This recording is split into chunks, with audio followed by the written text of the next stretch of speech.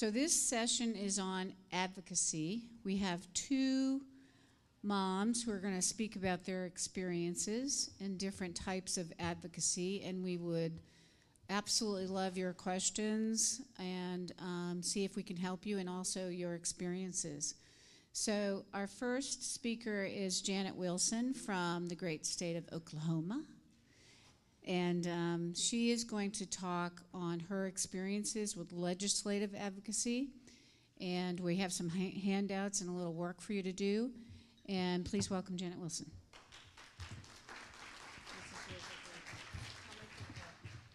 Are we on? Can you hear me? All right. Good afternoon. My tribe. My name is Janet Mitchell Wilson. I am from Mustang, Oklahoma. I am the mom to Alyssa, who is 29. We did not have a diagnosis until she was 21 years old. But I have always, am I not close enough? Do you want me to use a regular microphone? No, you can take it off. Okay, I can take it off? Yeah. Okay, can you hear me better? Gotcha, okay. That's surprising. I'm normally way too loud, and I'll probably go way too fast. I've always, even though we didn't have a diagnosis till late, I've always been around a bunch of different families with different disabilities. Part of my job where I work is to help out families find resources and advocate for them. So it fit very well with what I already felt in my heart for all these different families. So a couple of things that we were going to discuss about making an impact with your legislator, effective communication strategies, and thinking outside the box. It's not always that you have to go to the Capitol and make an appointment and see your legislator. That's a great thing to do, especially if you bring your kiddo and you let them make the connection to what you're talking about to a person that's live right there in front of them. They need to know how our lives are. Not too personally, because you can go there, you know. But it's always good to let them, you know, make the connection. Whoop. There we go. Okay, these are a couple of places that you can, my slides are out of order, I think. These are a couple of places where you can go to find out who your legislator is, because you're like, okay, well, who is my state rep or my state senator or my congressional rep or senator? How do I figure that out? So these are some places online that you can find. One is Find My Legislator, and in parentheses, so I would put Find My Legislator, Oklahoma. It'll pop up with a place for you to input your address, and it will give you exactly who your legislators are. Openstates.org is also a good site. Govtrack.us, and of course, like house.gov, and on your state level, oklahomastatehouse.gov. All these different sites will have a way for you to put in your address and find out who your legislator is, and that will give you usually a picture of them, where their office is located, their email, their phone number. And keep in mind, even though at some point you may not get a face-to-face with that legislator, a lot of times their office staff are the ones that are really pulling the strings. You can make a lot more inroads with their staff than you can a lot of times with the legislator. And if you build up a good rapport with them, then that gets you the inside track to the legislator. And whoismyrepresentative.com. I mean, there's many ways and many places to find who you need to contact. Oh, I did it again, and one's missing. Okay, a couple of things. What to say, what not to say. Always mention your child by name. Repeatedly mention your child by name. Get that name into their memory. Be concise, be clear, and be friendly. Always thank them for listening. Always be courteous. Even though there's times when you really don't want to be. need to be courteous, because if you're courteous to them, they're going to welcome you back again. They're going to think of, if you give them a bad taste in their mouth about the experience with you, they're going to do whatever they can not to have to deal with you. It's just the way it is. Contact frequently. I cannot stress this enough. Don't just send one email once a year and think that's good enough. I contact mine. I probably email them, at least monthly, if not even more. Depending on what kind of legislation is going on, either federally or state, I may be contacting them bi-weekly. If I know there's a certain meeting to deal with certain, maybe a state issue like the waiver list in Oklahoma, I will go and invite every single one of them to the meeting and say, it would be a good way to show your constituents that you have concern about their children with disabilities. So, and especially in an election cycle year, that's really good to remind them that these are your constituents that you're answering to. So they want to look good, so they will come. Kind of things probably not to do. Don't get too personal with the details. Yes, we all realize that our lives are hard at times. And you can make some generalities, but try not to get too nitty-gritty. You don't want to bring it down too much, because then it is a turnoff. It is. I know that we are all used to it, but they're not. So you're trying to get that impact, get that connection with them, and keep that connection with them. Don't cold call. Make a list. Put down your thoughts about what you want to say. Because sometimes, with our families, when we're trying to talk to somebody about our child, we get frazzled and we get emotional and everything. And it's not that I don't want them to feel an emotional impact about your story, but I want you to be able to get everything that you want to tell to them in that conversation. Rehearse it. Definitely rehearse it. Just sit there and rehearse in front of the mirror or in front of your spouse or your friend. Rehearse it. Do not threaten, do not yell, do not cuss, as much as you want to. If you really feel the need to, then make the call, be polite, put the phone down, and then just let go. Just let go. But don't do it to them, because that will shut that door immediately. So those are some tips.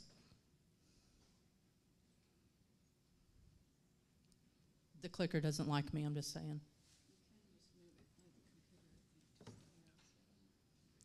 See, they're missing. I think they're missing. Yep. Let me try to go back, see if we miss some, because all the pictures are missing too.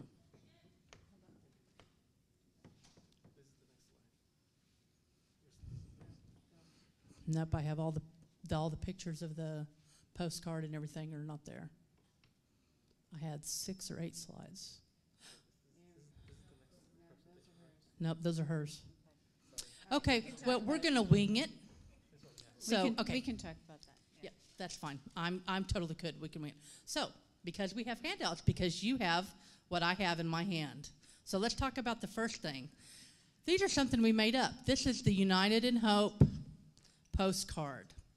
And on the front, you'll see it has a really cool picture from last conference with all of our families. On the back, it reads, families with a child with Phelan-McDermid syndrome face many challenges. We encourage you to keep our families in mind when you're voting on legislation pertaining to the Open Act, disability services, or rare diseases. This is a postcard that right over here, you can go onto one of those websites, find out either your state representative or senator or your congressional, definitely your congressional ones, put in their little address it to them, and if you want to add like a little extra blurb here at the bottom, please keep Alyssa in mind, my daughter Alyssa, depends on you to, make good choices, something like that. Stamp it, put it in the mail. Can you imagine the impact if so many different legislators get this same picture in the mail? That's an impact. We did a very similar version to this in Oklahoma for our Oklahoma legislators, and it had Oklahoma stuff on it, and we sent out probably, I think, about 500 of them. It was talked about. It made an impact. We're getting a personal contact. We're getting pictures. We're showing them. We're making them get a visual impact, and we're talking about what we need them to think about. Okay, the second thing is, this is from the Everyday Life Foundation. This was at Rare Disease Legislative Advocacy on the Road, I do believe. That's where this came from. Was this from one of the auditors? Thank goodness I brought my glasses. Okay, so this is a very easy way to show you how to call somebody, call a legislator. And all you do at the top, it tells you, you just dial 1-844-872-0234, and you wait for an automated voice machine. You press 1, and then you enter your zip code. And it's going to connect you with your first senator. And then it shows you on the next section how to leave a message for your 2 U.S. senators and to talk about. And we've been able to co-brand it and have it personalized. And it says, this will give you a script to work from. And it says, as a parent of a child with Phelan-McDermid syndrome, I'm asking that your office co-sponsors the Open Act, Senate Bill 1509. That S1509, Senate Bill 1509, yes. And then the Open Act is a life-saving legislation that can help bring new affordable treatments to rare disease patients. Please contact me at, give them your phone number, or your email address, and let me know what your position is. And then you thank you for your service and consider co-sponsoring the Open Act. And then you go to your next message. So what we do, Janet is the new legislative chair for the foundation, and what we're trying to do on Facebook, we have a particular page, and we'll put these kinds of things out that we feel are important to our syndrome and to rare disease. So you guys, these are instructions depending on what the legislation is. Yes. Yeah, because you can use this same version many times over. So use it now, and then keep it tacked up to your refrigerator, on your cork board, in a file with, contacting my legislator stuff. And the next time something comes up and we post it on the advocacy page, just knock out Open Act and put in that part. Or contacting your state reps. This works very well. You don't have to make a very elaborate connection, elaborate a letter. It can be very short and concise. But the point is to contact them. Number one, contact them. Don't think about it, talk about it. Do it, and do it frequently. You just think whenever you're out in the world and out in your communities, when you see a person, you see them one time. Okay, you see them, whatever. But if you were to see that same person every single day, you would, next time you saw them, you would make that connection. You would, that's what you want them. You want them to make that connection to you and your child and our syndrome and what we need them to do. It's all about making a connection. I don't know about every single day. That might be stalking, but well, okay, so I'm a stalker, whatever. Yeah, no, I'm kidding. But also things like Rare Disease Day. In February, we just want them to be aware of it, right? So you could do a simple thing like that. Just make them aware of Rare Disease Day. There'll be other things that you could do, and Janet can tell you what she's done. If you want to go further, you can either just tell them about Rare Disease Day, or you can go further and set up a...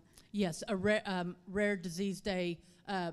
We have a Rare Disease Day throughout different states. It's also actually worldwide. It's February 28th of every year.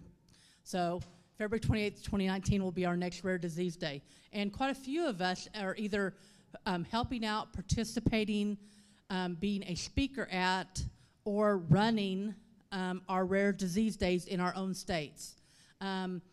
You can go on to Rare Disease Day, put in Rare Disease Day 2019 or Rare Disease Day in Google, and it will come up with their website, and you can go to your home state and find out if you have a state ambassador and contact them and say, I would like to either help out with organizing the next Rare Disease Day rally at our state capitol. I would like to be a speaker. If they don't have an ambassador, I would like to be an ambassador. But, pause with that one. So I had spoken at a couple of our rare disease days in Oklahoma, and when 2018 was coming up, it was January of this year, I was like, I haven't heard anything. And I contacted our ambassador, and lo and behold, she had stepped down, and so we had nobody. And so I contacted Kristen Engel, who is with the National Organization of Rare Diseases and organizes all the ambassadors and the Rare Disease Days, and I said, can I help out, do anything? She's like, oh, sure, yeah, can you do it? So me and another lady from Oklahoma, we helped do it, and we did it. We did Rare Disease Day. I just got asked yesterday in email to be state ambassador. That's me. That's telling me I need to shut up pretty soon. But I'm probably gonna pass on that because I will help out, but I don't really want to be ambassador. But another thing I did was, and I don't know, Sue, have we gotten an official date for Phelan-McDermid? Okay, so another thing I did and I'm going to do this until they make up their mind what day of the year is the official Phelan-McDermid Syndrome Day. So for this year and last year, I called my state senator, and my state rep, and said, can you do a state proclamation for Phelan-McDermid Syndrome Day? And I wanted it on Alyssa's birthday, April 17th.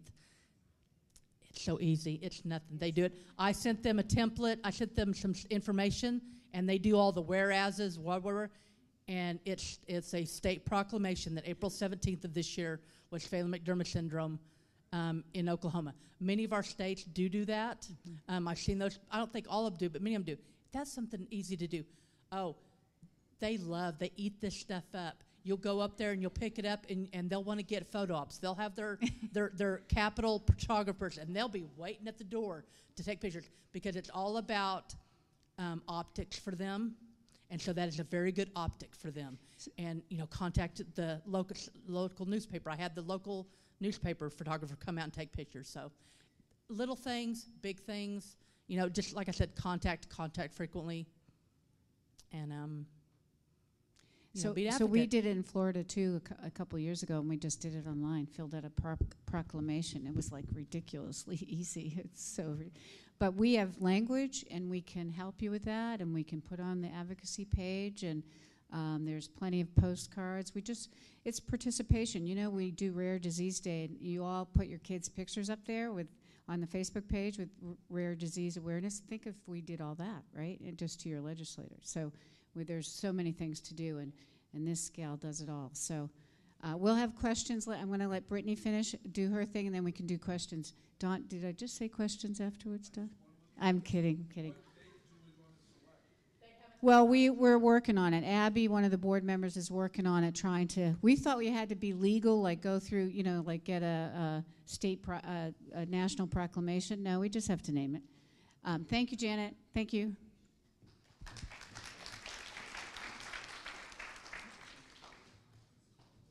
Is that yours? Yeah. Yeah. Okay. Yeah. I knew that. I'm so happy to introduce one of our newer moms, Brittany Gummier. Gummery, but that's okay. Thank you. And what is it? Gummery, like Montgomery without the Mont. Okay. Gummery. And from Indiana, and she has been very involved in healthcare advocacy and has some great information. Go ahead. Hello, again, I'm Brittany Gummery, also known as Ellie's mom. There she is. You probably see her steaming around the lobby like a little maniac, and that's who she is. This week we had cupcakes on her walker because her birthday was Tuesday. So she is newly 4, and I'm just proud of myself proud of us for keeping her alive for 4 years. And we finally got a ponytail. So we've got hair and we've got survival, so I'm feeling good. That is our family. That's our service dog in training, Dublin. And there's us looking real cute. And then unfortunately, we just lost our son, Stellan, when I was about 20 weeks along. Ellie has an unbalanced translocation between 7 and 22, and he had the opposite. So he had a deletion on 7 and a duplication on 22. So he's part of our family, so I like to acknowledge him. There you go. I am a teacher by trade, so if you think that I'm looking pretty comfortable, it's because I miss my students so much. When Ellie was born, what's that? Yeah, so listen up, especially you in the back. I might be picking on you. But I resigned once Ellie came along because her needs were too big and we were traveling so far, we were really away from adequate care, so we were spending hours upon hours in the car. So I had to quit. We enjoy traveling, drinking coffee, and listening to NPR. That's pretty much all you need to know about me. That's pretty much sums me up. And we're both originally from Maryland. You'll never meet a state that loves their flag more than Marylanders, so we continue to have it on our cars, but we live in Indianapolis now, so. Okay, so when I was trying to prepare, I said, like, what am I doing and how did I get here? And I was thinking, and we've all had these moments where you've had to find your voice, like things suddenly weren't typical. You didn't get to cuddle your kid and like learn ABCs and learn their colors. You had to become an advocate right then and right there. There was no delay. And so I was trying to think through our experience about what made me, where did I find my voice? And there were a couple times we almost had an NG tube forced upon us. The doctor made the order in front of us without consenting us. He said, okay, nurse, go get the NG tube. And we were like, woo, woo, woo, woo, wait, what? And then I called our pediatrician and she said, I hope you know you have the power. And I said, no, I don't. No, I don't. Like, he's gonna do this NG tube. We don't have the power. And she said, yeah, you do. And that was the beginning of, I have the power. You can't do anything to my kid unless I sign a paper and unless I give you express permission to do that. So that was kind of the foundation of where we went from there and the finding of my voice. I think a lot of us know we have to push and push and push. They said, wait, they'll catch up. Wait, they'll catch up. Oh, it's developmental delay. You're fine. Mom, stop worrying. And we're like, no, something's way wrong. And we finally had to push for a diagnosis. That's not new in this room, and what a relief, right? Like, you get to be with people that understand for pushing for a diagnosis. Like I said, we were traveling a ton for care, so we actually moved to Indianapolis, where our children's hospital is. Instead of spending 3 to 4 hours in a car every day, every week, we now are 20 minutes away from all of her services and all of her care. So that was a big move for us. We moved away from our comfort, but I don't regret it. We had an advocacy experience on Capitol Hill. Actually, the foundation paid for Ben and I to go to Rare Disease Day in Washington, D.C., and I highly recommend it. You'll become super informed and involved and passionate. Like, I feel like that was kind of growing our passion. And then where I actually started my hospital work, I'm on a special needs Facebook group, and we all like to connect. And someone said, hey, our children's hospital, Riley, from here on out, is looking for someone for their family advisory council. And I'm not sure if you know about family advisory councils, but I researched it, the top 10 hospitals in the United States have to have a pediatric family advisory council, so you should look into your care. But I got connected with ours just kind of by chance. Like, I happened to be on Facebook. I mean, when am I not on Facebook, let's be honest. And I saw that the position was open, so I'll go into that in a second. Okay, so I was thinking, before the Pediatric Council, we had to grow our voice, right? So what can you do right now, where you're at? You're working 40 hours a week, you have 6 children, you just want to sleep for 2 hours a night. Like, what can I do? I don't have time to go to Capitol Hill. We make time, but what can I do? And so I thought about how to communicate with your doctors. And I think all of us do this, but I just wanted to remind you, and I'll do that in 1 second. Have a notebook of questions. We leave ours on our kitchen counter. So we just write down our questions as we go. Sign up for a patient portal. We've learned that we can avoid phone tag with nurses by connecting directly to doctors on our patient portal if you have it. Remember nurses and doctors' names. Find ways to give feedback. And that's what I mean. So if you don't have a nationally ranked children's hospital, there's always some place to give feedback. So I'm looking at this room. There might be a spot on the carpet. Now, you don't want to be that person that says, excuse me, I would like a refund because there was a spot on this carpet. You just say, hey, I noticed like some cleanliness issues, and I would love to hear what you're going to do about it, or how we can fix it, or if there's a way that I can help you. So you can do that literally at your clinic, at the hospital. We found dust bunnies in our emergency room, and we're like, that's real gross. And so we called someone and said, hey, you have dust bunnies in your emergency room. What are you going to do about it? And they said, oh, thanks. We didn't realize that we had not deep cleaned that room. That had been missed in all of our deep cleaning. Thank you so much. And they sent pictures as a follow-up because they cleaned the room. So little things like that. When I was talking to our doctor friends, they said complain gracefully, just like with Janet. Like, you get a lot more done with honey than you do with vinegar. So you can learn how to give feedback and be critical, but constructively.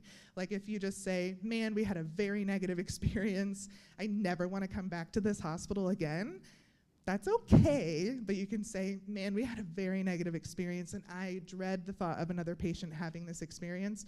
What are you going to do to fix it? And I would love to help you through this process and give my feedback as we go. Stuff like that. And then, just so you know, so I laughed because in the top picture, I'm wearing the same dress. This is my advocacy dress. I wear to all of our meetings. It's the only nice dress I have. Otherwise, I'm in yoga pants and a tank top. So that was right before one of our legislative meetings, because I also do some legislative. That's Ellie at our Pediatric Family Advisory Council, because she sometimes has to come with me. She's the center of attention, so she loves it. And then I also volunteer at our children's hospital, and every Tuesday I walk about 9 miles because I'm taking patients to their doctor's appointments. So that's just me looking real cute in my little volunteer polo, and me walking around like a crazy person. I really hope they don't track that stuff because I think I look a little manic. I'm just going around, so. And, come on. There we go. And something I'm really excited about, I'm actually introducing this to our hospital next month, is My Health Passport. My girlfriend is a graphic designer, and she put this together for us, and this link will be available to you on the website that you can print it off and fill it out for yourself. The thought is that you fill this out and keep it with you. It's formatted to be an 8x10, so I understand it can't really fit in a purse, but we all know we carry everything and the kitchen sink with us when we travel with our children, so just make some room for it. But if you notice, it has attached your picture here. It's basically my thought and our vision is that you would hand it to your nurse, who would hand it to your doctor, and then your doctor would come in and not ask you 5 billion questions that you just answered to 4 different people. So one of the things that we loved most are I communicate using speech, preferred language, communication devices or aids, and so you're telling them everything they need to know in order to really enrich their experience with your child. So they don't come in and try to sign when your child's using pod or whatever it might be. You can tell them before they even come in to really help them engage with your child. Brief medical history, we put as many lines as we could on there. I know that we have to go to the back of a lot of things, so we did 5 or 6, I think. So allergies, when I take my medication, I prefer to take it, and we have to say G-tube, obviously, which limits our medication choices. And if I'm in pain, I love this. If I'm in pain, I show it by, because we just learned this morning that a lot of our kids don't show pain typically. I get upset. If I get upset or distressed, the best way you can help. Like, so it's not just like, oh, mom, just hold her down. Like, no, this is a time where you can help us participate in calming her.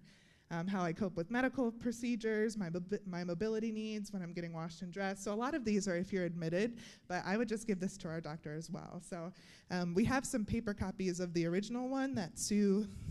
Yeah, I belong to the council at Tampa General. Yeah. They have a Patients with Special Needs Council, so they developed the My Health Passport, and they told me to give it away. They sent me a few. There's some down there in English and Spanish, but Brittany wanted to sort of revamp it. It looked really cheesy. She wanted to make it more ours, so she took this, but they were totally open. They didn't care whatsoever.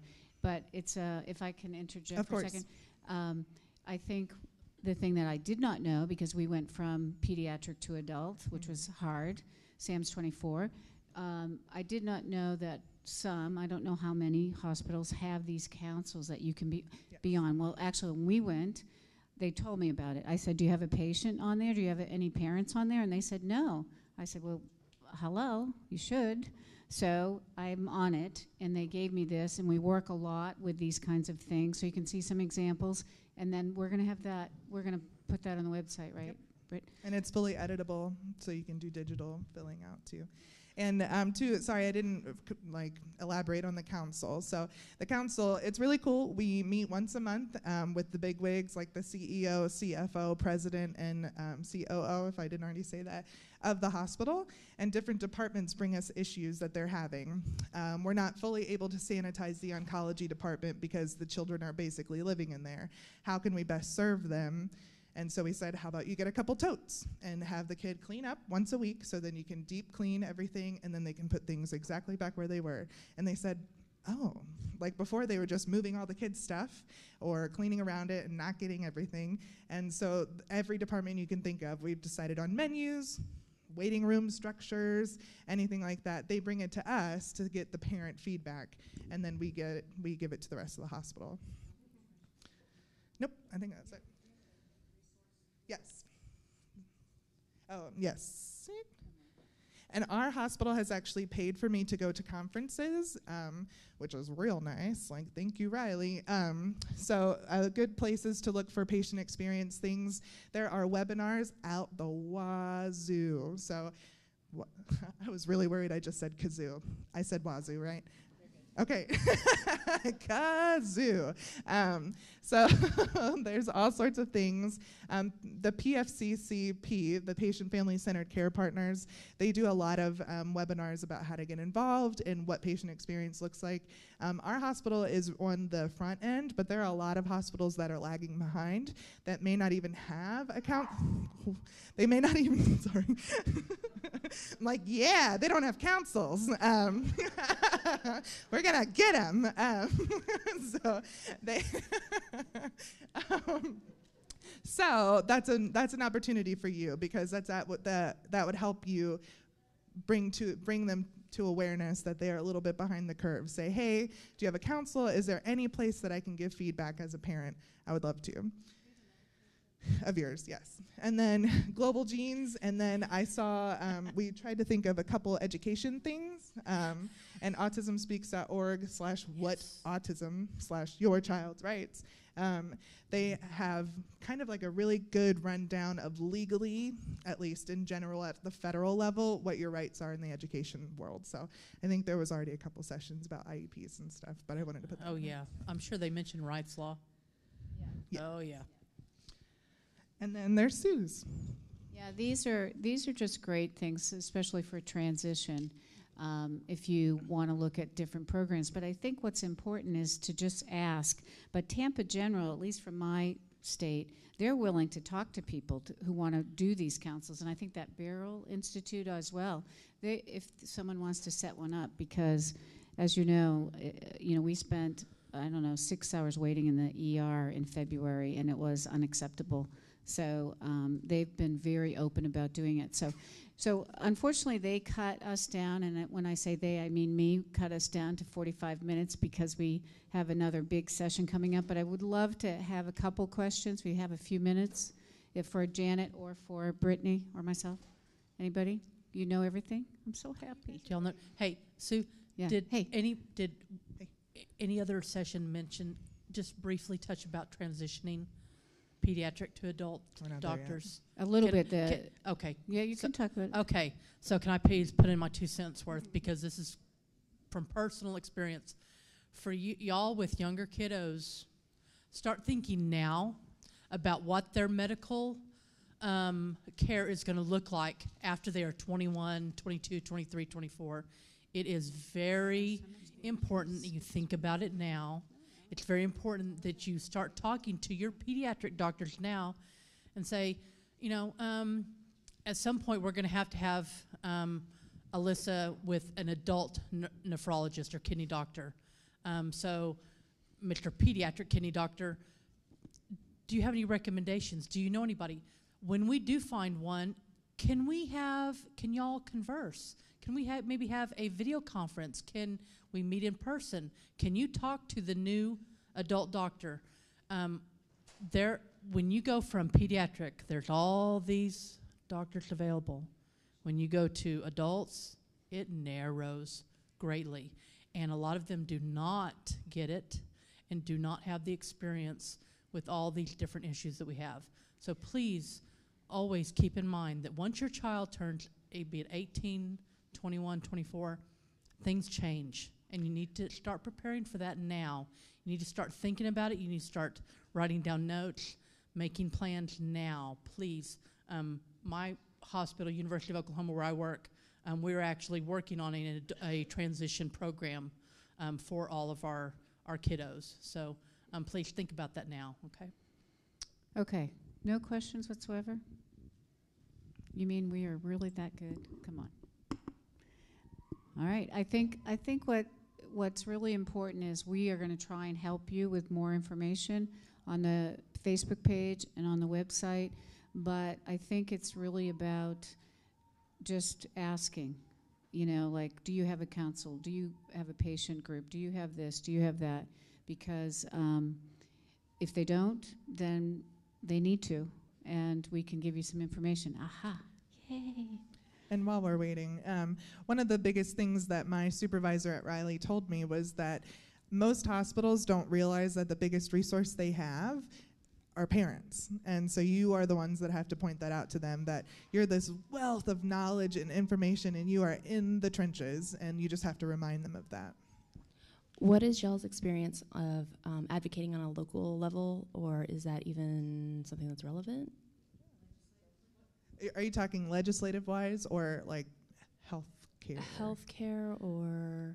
I think at a local level, we always meet with our legislators when they come home.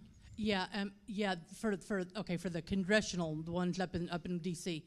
Normally, in August is normally their time, but they called session again. They called it in-person session. So we had I think it was with Everyday Life, I had registered to have a meetup with my congressional representatives. However, because of the session being called, we don't get to do that this year. But you can always, if you cannot go to D.C. and they're not here the rest of the year, email them, call them, make whatever contact you want, and however you can. And of course, on the state level, different states are the representatives are in session at different times of the year, depending on the state.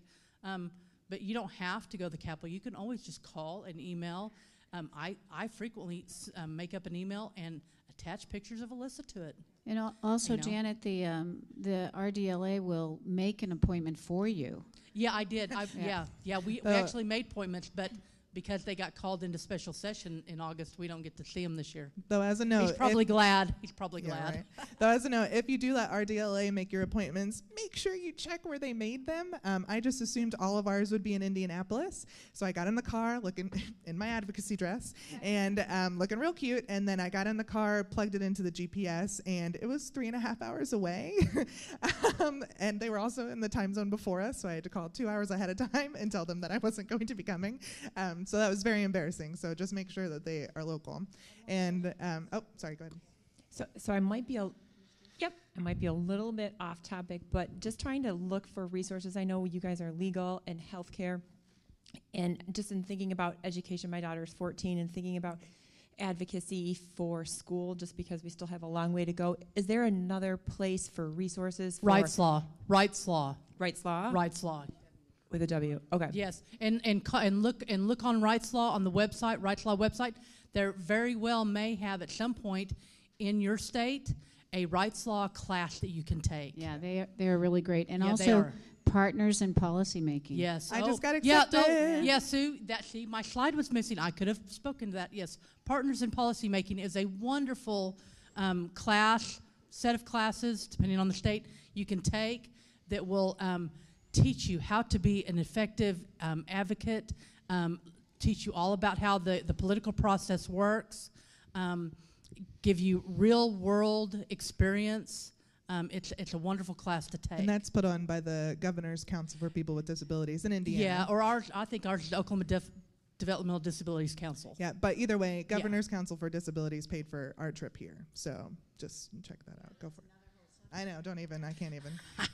So in terms of congressional representatives, I mean, they always come back home. They have local offices, right? So even though they're in Washington, they've got a local office that's staffed, usually, I guess, most times of the day. But I mean, they have a local staff in their state or in the area that in their congressional district. So you certainly can go there all the time and talk to their staff, provide them information, and hope that they pass it along to their boss.